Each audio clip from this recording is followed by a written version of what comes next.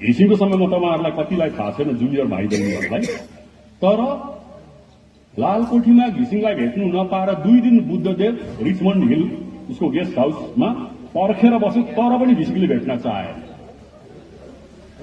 राजीव गान्धी आउँदाखेरि जेएनएलएफको आन्दोलनको समयमा बाटो सुनसान, एकजना मान्छे थिएन। प्रधानमन्त्री आउँदाखेरि त्यो पनि 400 भन्दा बेसी सिट जितेर आएको प्रधानमन्त्री, उसले उता जित्यो नि।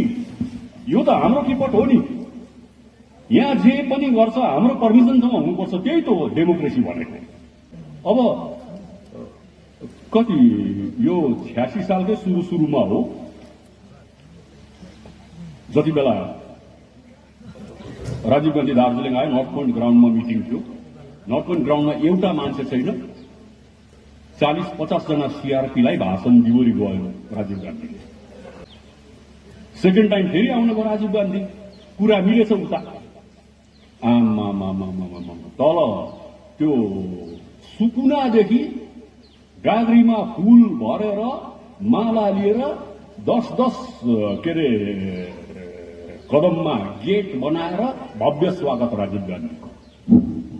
किनभने घिसिङले त्यति बेला के देखाइदियो भने, तिमी जेसुकै गर, तिमी देश चलाऊ, यहाँ चाहिँ मेरो अनुमति बगैर केही पनि हुँदैन, पत्ता पनि हल्लिँदैन।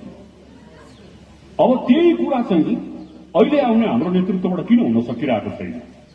अहिले किन एउटा पुलिसले साइड लगाउँदैछ? यो हाम्रो सम्मानमा लाग्ने कुरा हो।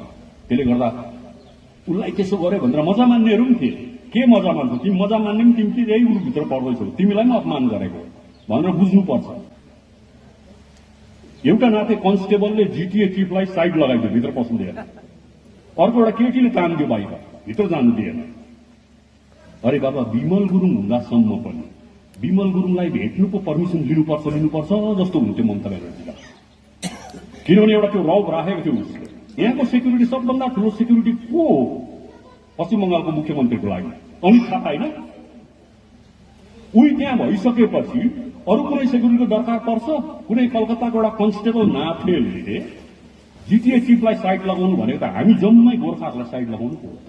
तिमीहरूको केही औकात छैन भनेर भन्नु पो हो त। तिमीहरूलाई हामी मन पनि गर्न सक्छौँ, जे पनि गर्न सक्छौँ भन्नु पो हो त। अनि त्यो अपमान त्यसले गर्दा अनित थापाको मात्र होइन, सम्पूर्ण दार्जिलिङ, कालिम्पोङ, तराई डुवर्स जसले पनि जिटिएमाथि आस्था राखेको छ, उनीहरू सबैको अपमान हो थियो।